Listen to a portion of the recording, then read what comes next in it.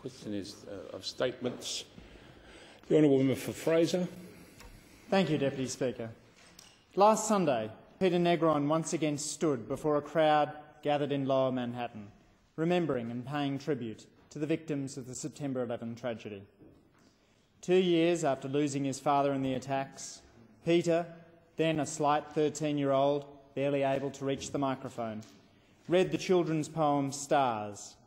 He spoke, "I felt them watching over me, each one, and let me cry and cry till I was done." The enduring acuteness of the loss and sorrow felt by the nation was captured by the boy's shaking voice. On the morning of the 11th of September 2001, I was living in Boston. Standing in the atrium of the Littau building of the Harvard Kennedy School, I watched up at the television screen and saw smoke pour out of the Twin Towers. Around me were students from around the globe, including many Americans. Some had friends who'd boarded flights leaving Boston at 8 a.m. that morning, friends who they would never see again. That morning we were supposed to choose our classes. To help us decide, Harvard had each professor give a short overview of the course offering. By chance, I entered the room where Professor Michael Ignatieff was presenting his overview. After a minute's silence to remember those who died that morning, Ignatieff spoke eloquently about international law and the challenges of deciding when to intervene in another nation for humanitarian reasons. He balanced the head and the heart, the need to honour those who we've lost, while thoughtfully considering the circumstances to justify sending our military overseas. When I left his classroom, one of the Twin Towers had fallen. The second would fall minutes afterwards. This week, Peter Negron spoke of how he has tried to be a father figure for his younger brother and of his plans for the future. 10 years have passed since Peter's death, and while the depth of his heartache was still visible, it was heartening to see the young man's fortitude.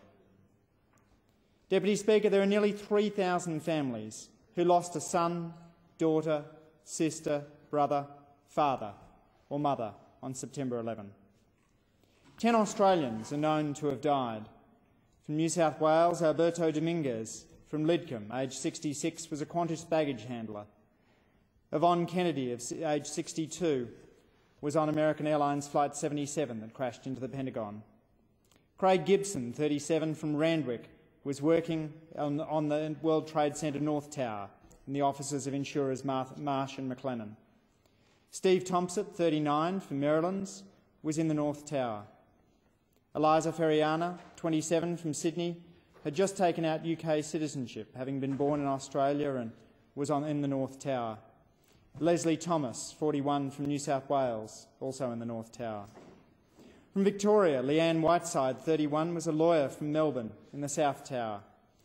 Peter Golivari, 44, born in Geelong, was in the South Tower. From South Australia, Andrew Knox, 29, from Adelaide, was in the North Tower, and I remember Andrew's friend, Kirsten Andrews, coming to stay with me in Boston shortly afterwards as she worked through the experiences of losing such a close friend.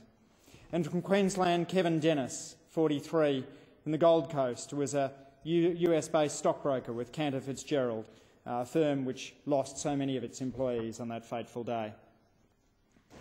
Deputy Speaker, in the 10 years after the September 11 attacks, there's been something of a trend among academics and commentators to focus on where to place blame.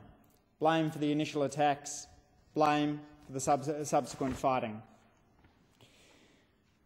Christopher Hitchens, while noting Osama bin Laden as having been what he calls a proud beneficiary of the export of violence, highlights the indecency of trying to act as a mouthpiece for terrorists and engaging in excessively apologist rhetoric.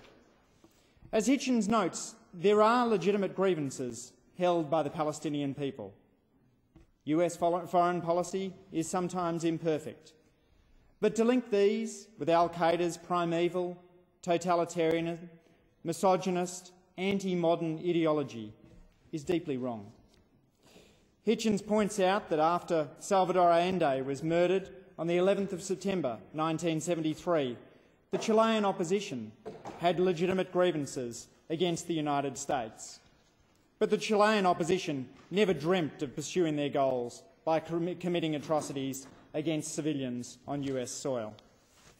Nothing justifies the mass murder of civilians. Hitchens emphasises the duty we owe to others who continue to suffer under forces such as the Taliban, those who, quote, whose lives were rendered impossible long before we felt any pain.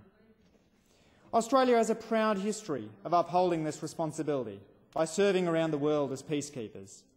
Since 1947, more than 30,000 Australians have worked for the cause of international peace and security.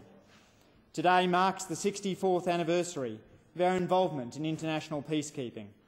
And I pay tribute to one of my predecessors as member for Fraser, John Langmore, who's been a strong advocate for the global role played by Australian peacekeepers.